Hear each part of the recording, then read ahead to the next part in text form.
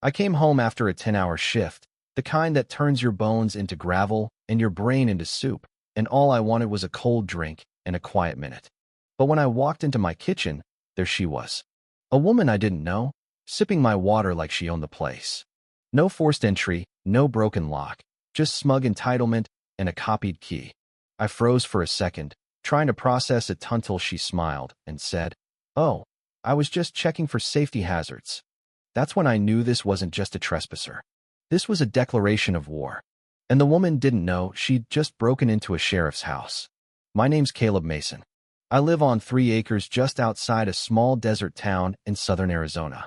Quiet, peaceful, sun-baked land with enough distance between neighbors to keep things civil. I'd served nearly 25 years between LAPD and the Maricopa County Sheriff's Office, and after I retired, I bought this slice of solitude. Figured I'd teach the occasional firearms safety course, maybe grow some tomatoes, and finally have a place where no one could mess with me. That was the plan, at least. But when I pulled up that day and saw the front gate sensor had triggered, something felt off. No delivery scheduled. No students coming. Then the interior kitchen sensor pinged. That's when the hair on the back of my neck stood up. I parked, killed the engine, and stepped into the heat. The lockbox under my dash clicked open. My sidearm felt natural in my grip, not out of fear, just instinct. There was no damage to the door. The lock was perfect. But there, right by the threshold, I spotted the faint shine of a key. My key, or at least a copy. I opened the door, slow and quiet, boots pressing into the floor like a whisper. Then I saw her. Mid-50s, manicured like a country club brochure, pastel polo tucked into crisp tennis shorts, sipping one of my electrolyte waters from the fridge like she was at a damn spa. She looked up mid-sip, gasped, and stammered. I thought this was Becky's house. I didn't say a word. Just shut the door behind me. And locked it. She blinked, clearly not expecting that. I was told the house was vacant. Maybe it's a mix-up. I took a step forward. Not aggressive, just done pretending. Put your hands where I can see them. She hesitated. I flipped my badge out. Caleb Mason, Sheriff's Department. You're in my home without permission. Don't move. Her face crumbled. I'm Karen Ellsworth.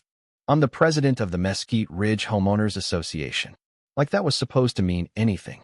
She kept talking, said she thought the house was abandoned, said someone from the board told her to check for environmental hazards. But I wasn't listening. I was already queuing up the security feed on my phone. There she was, 20 minutes earlier, walking up to the door and letting herself in with a key.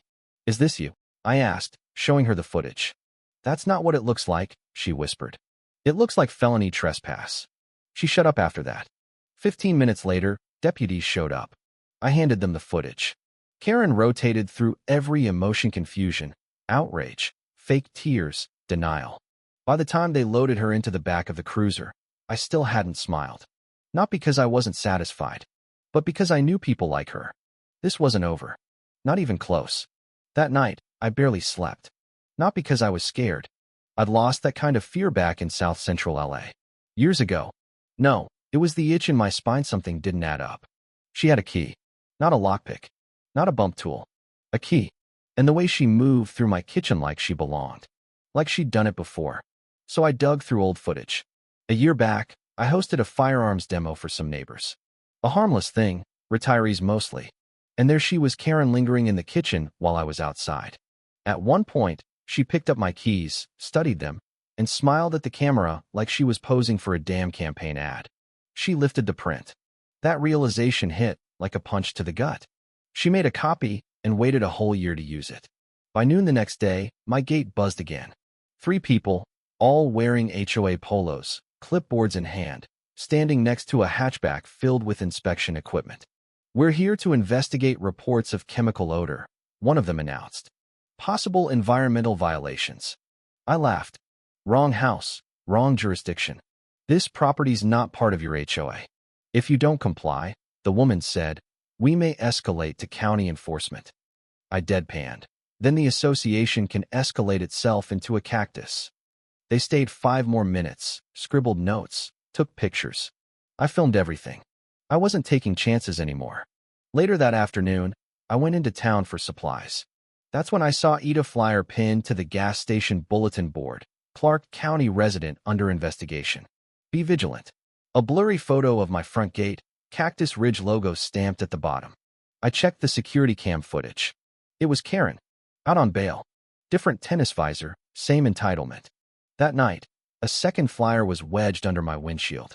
3 more along the road to my house. It was war. But Karen made a mistake. She thought smearing me would make me retreat. She forgot who I was.